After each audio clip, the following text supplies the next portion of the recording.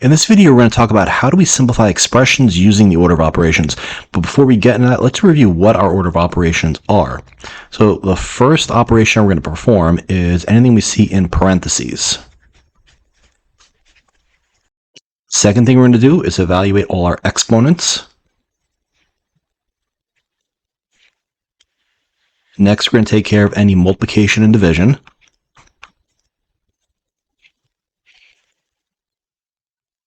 And if we have these in the same step, multiplication and division, then we're basically going to go in the order of left to right. So whatever's on the left side, we'll do first, and then we'll go perform our operations that are on the right side of the expression. And last, we've got addition and subtraction. And that again, if these are in the same step, we're going to go left to right. Now, an easy way to remember this is, you may have heard, we take the first letter from each of these operations, get an acronym that we could use to remember the order of operations that we have to follow: parentheses, exponents, multiplication, division, addition, subtraction, PEMDAS. So let's use this to simplify our expression here. 2 times 4 to the second power divided by 8. Well, we start with parentheses. Well, we've got parentheses here, but we have nothing going on inside the parentheses. We just have a 4. So let's move to number 2 to take care of our exponents too. So in this expression, we've got 2 times 4 to the second power. So that exponent 2 is just on the 4. So if we evaluate that, remember, 4 to the second power means 4 times 4. So that exponent tells us how many times we're multiplying the base by itself. So we're going to get 16. So we can replace everything here with 16. So we're going to get 2 times 16 divided by 8. Now we've got multiplication and division in the same step. So we're going to go left to right. So I'm going to start 2 times 16 is 32. Divided by 8 is 4. And our answer here for number 1 is going to be 4. For number 2, we've got 3 times the quantity 8 minus 3 squared minus 12. So let's remember our abbreviation, acronym, PEMDAS, to help us remember what order we have to go in. So now we're going to start with our parentheses, and our parentheses right here, we've got 8 minus 3. So we can do some operations in the parentheses. 8 minus 3, we know it's going to give us 5. So we've got 5 squared minus 12. Now we have an exponent, so it's e, and our exponent here is 2, and that's on the 5. So this is 5 to the second power,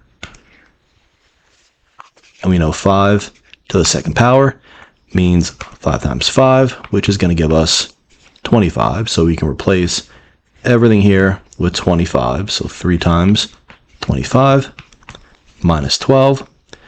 Now we've got multiplication and subtraction. Let's do our multiplication. 3 times 25 is 75. Minus 12, and 75 minus 12 is 63. So our answer for number 2 is going to be 63. For 3, we've got 6 times the quantity 7 minus 5 to the third power plus 7 times 2.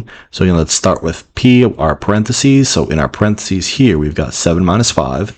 So 6 times 7 minus 5 is 2 to the third power plus 7 times 2. Let's do exponents.